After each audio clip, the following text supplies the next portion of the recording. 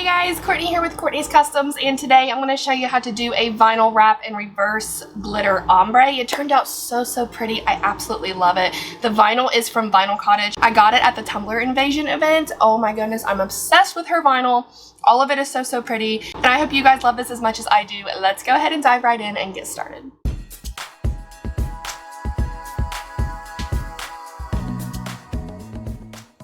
So take a look at this absolutely stunning vinyl. I love it so very much.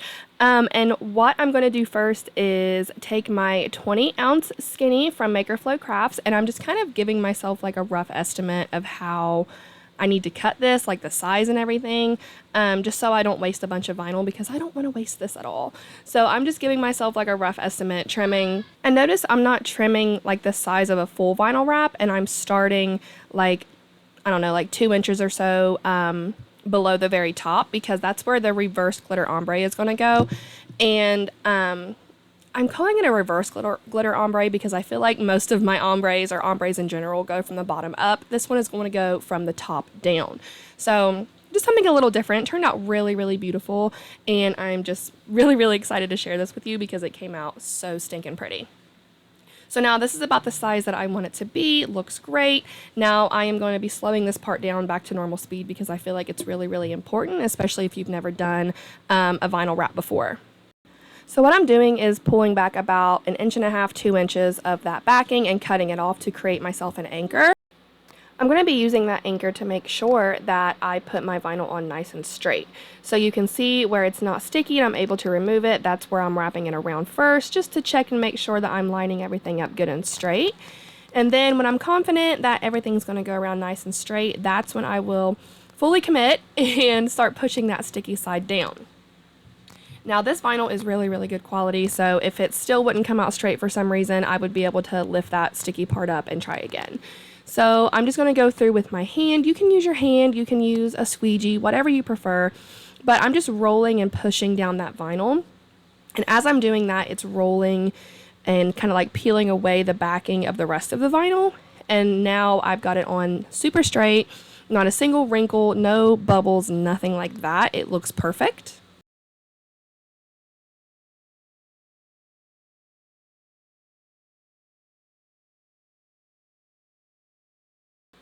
So I took my cup outside and I just spray painted the section that didn't have any vinyl on it with some metallic gold Rust-Oleum spray paint. Honestly, I thought I was recording and I was not. I'm really sorry. But I literally just spritzed some spray paint on the empty section here. So now I'm going to go in with some Mod Podge and a super soft makeup brush and add some glitter to that section. And this is where the reverse ombre is going to come in. Now, even though I'm only adding glitter to like pretty much that section, I'm still going to apply the Mod Podge pretty much over the entire tumbler just to help the ombre look more natural, so it doesn't like abruptly stop where I stop my Mod Podge. So pretty much covering the entire tumbler with Mod Podge, just making sure that that top section is really nice and evenly coated, because that's where I'm going to be focusing most of my glitter on. Now I'm taking this beautiful glitter from the glitter grind, and I'm going to cover about the top inch of the tumbler. And then I'm going to be tilting my tumbler down, and I'm aiming at the glitter that I've already applied. But since I'm pointing the tumbler down, the glitter is going to kind of like naturally cascade down to create that ombre look. Now the more you tilt your tumbler, of course, the further down the glitter is going to go. So this part is kind of like personal preference, totally up to you. But I wanted it to go down pretty far. So this is a chunky glitter. I'm going to make sure to go through with my finger and just very gently push that glitter down so it lies flat. And then I'm going to spray this with Rust-Oleum Matte Clear Enamel, pop it on my turner back here from Bama Cups, add 1 coat of epoxy, and then we can move on to the next step.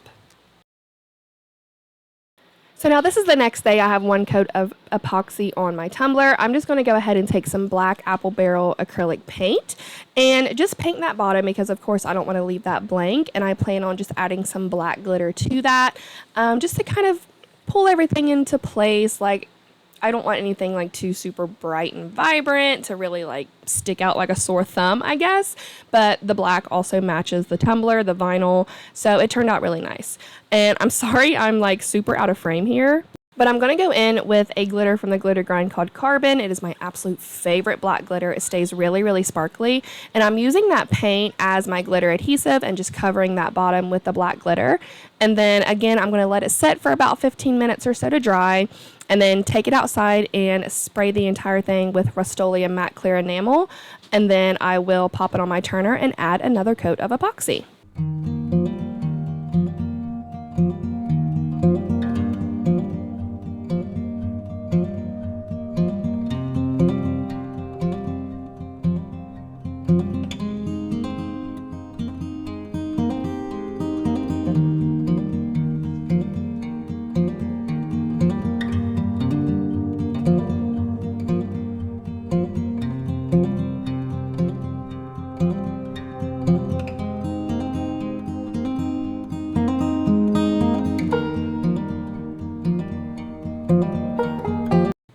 Here we are the next day. There's now a total of 2 coats of epoxy on here.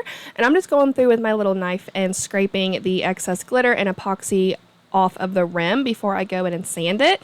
I like to do this as like a step before the last epoxy coat, just to make sure that everything is nice and clean. And then of course, if there's anything inside of the tumbler after the last coat of epoxy, I'll do that as well. Now this is a 60 grit sanding block. It's pretty coarse, and I'm going to go through and really sand around that rim.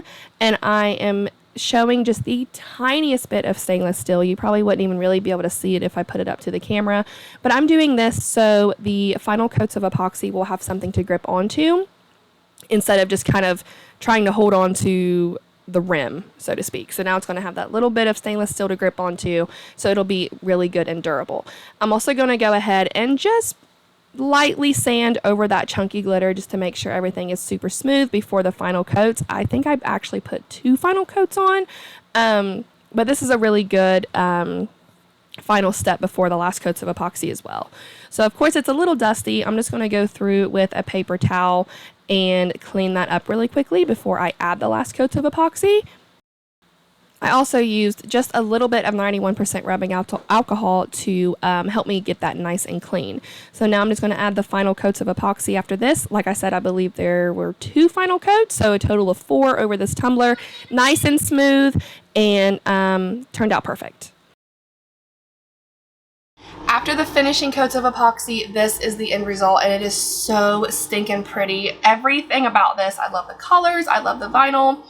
All of it just makes me happy. And before I go, like always, I do have y'all's cup of positivity for the day, and today's quote is, "Every day may not be good, but there is something good in every day." That is all I have for you guys today. I really, really hope you enjoyed this tutorial. I hope you are as obsessed with this as I am. I love it so, so much.